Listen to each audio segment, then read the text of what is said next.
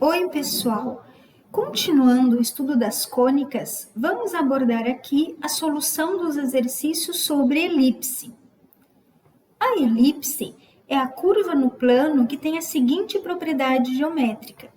A distância de um ponto ao foco 1 somado com a distância desse ponto ao foco 2 é sempre igual ao comprimento do eixo maior, e que resulta na equação em que as variáveis x e y estão ao quadrado e são positivas, e são divididas pela medida dos semiseixos elevado ao quadrado. Nesse exercício, vamos escrever a equação da elipse, que possui focos nos pontos de coordenadas menos 3, 0 e 3, 0, e que passa pelo ponto 0, 4.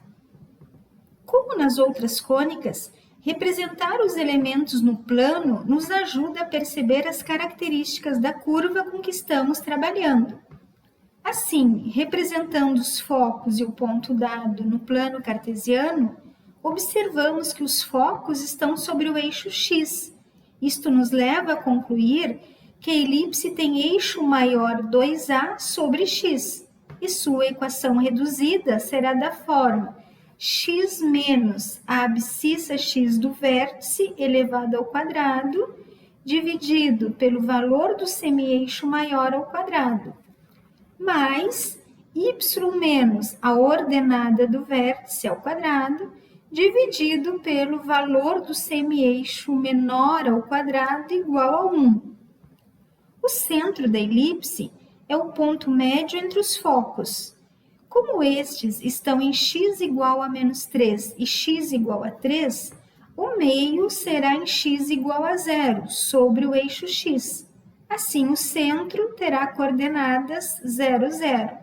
E a equação pode ser reescrita na forma x ao quadrado dividido por a ao quadrado, mais y ao quadrado dividido por b ao quadrado igual a 1. Como temos as coordenadas dos focos, podemos calcular a distância 2c entre eles, subtraindo os valores de x das suas extremidades, que são 3 e menos 3. Assim, 3 menos o menos 3 resulta em 6. Logo, c é igual a 3.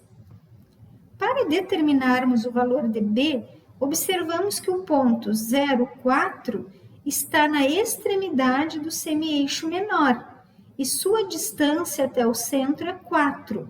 Então, concluímos que b é igual a 4.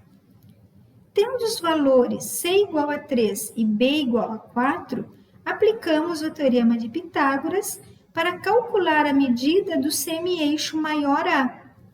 Na elipse, A é a hipotenusa e B e C são os catetos. Assim, obtemos que A é igual a 5.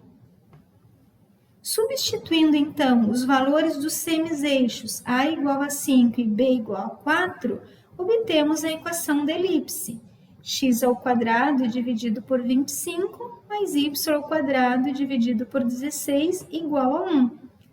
Se desejarmos esboçar o gráfico, traçamos uma curva passando pelos vértices que estarão a 5 unidades do centro no eixo x e 4 unidades do centro no eixo y.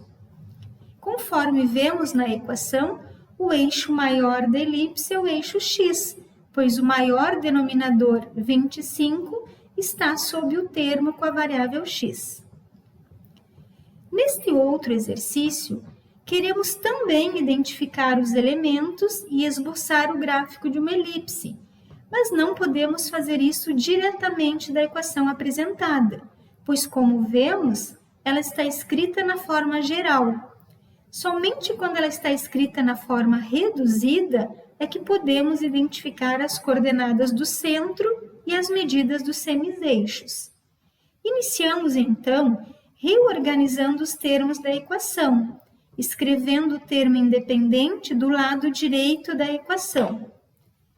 Na equação reduzida, o termo independente do lado direito é 1.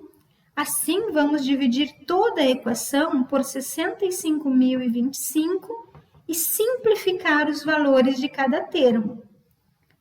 No primeiro termo, dividindo cada número por 225, obtemos 1 no numerador, que não precisamos escrever, e 289 no denominador. No segundo termo, dividindo cada número por 289, obtemos 1 no numerador e 225 no denominador.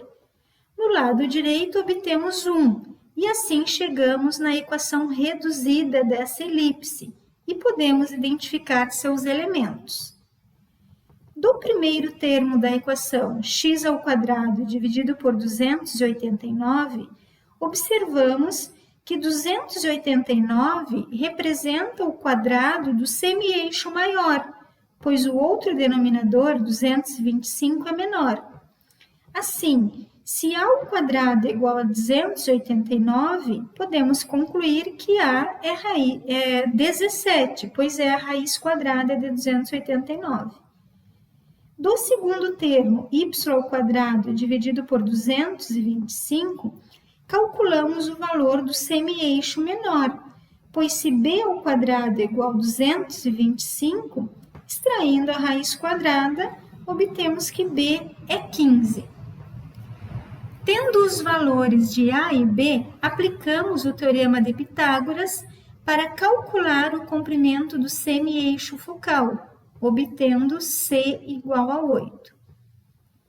Observando que o centro da elipse é a origem, pois na equação reduzida temos apenas x² e y², significando que temos x menos 0 e y menos 0 elevados ao quadrado, contamos 8 unidades para a direita e 8 unidades para a esquerda, para obtermos as coordenadas dos focos. Assim, o foco 1 tem coordenadas menos 8 e 0, e o foco 2, coordenadas 8 e 0. Para determinar as coordenadas do vértice, tomamos a medida do semi-eixo maior, que é 17, e contamos, a partir do centro 0, 0, 17 unidades para a esquerda e 17 para a direita, obtendo as coordenadas dos vértices como sendo menos 17, 0 e 17, 0. O gráfico é obtido marcando seus vértices, as extremidades do eixo menor e traçando uma curva que passa por esses pontos. Vamos agora trabalhar num problema onde são dados os valores de alguns eixos, mas não as coordenadas dos focos e nem dos vértices. Suponha que a órbita de um planeta tem a forma de uma elipse com eixo maior, cujo comprimento é 500 milhões de quilômetros. Se a distância entre os focos for de 400 milhões de quilômetros, ache a equação da órbita. Comecemos, então, determinando o valor dos semiseixos. Se o eixo maior da elipse mede 500 milhões de comprimentos, podemos escrever que 2A é igual a 500 e concluímos que A é igual a 250.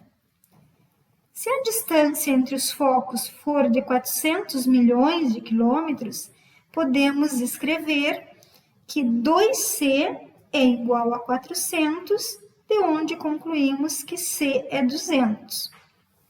O comprimento do semi-eixo menor B é obtido aplicando teoremas de Pitágoras, pois já temos o valor de A, que é 250, e de C, que é 200. Elevando-os ao quadrado, B será a raiz quadrada da subtração desses dois valores. Assim, B será 150. Vamos agora escrever a equação dessa elipse. Como acontece em muitas situações problemas, nós temos que escolher como posicionar no plano cartesiano a curva que representa nosso problema. Podemos, então, aqui, por facilidade, considerar que o centro está na origem, então terá a coordenada 0, 0. Podemos também escolher se o eixo maior será no eixo x ou no eixo y. Aqui escolheremos o eixo x, escrevendo então que x ao quadrado dividido por 250 ao quadrado mais y ao quadrado dividido por 150 ao quadrado é igual a 1, obtendo a equação que descreve a órbita desse planeta. Com estes exercícios, esperamos ter lhe ajudado a entender qual a propriedade geométrica de uma elipse, sua expressão algébrica e representação gráfica. Bom estudo!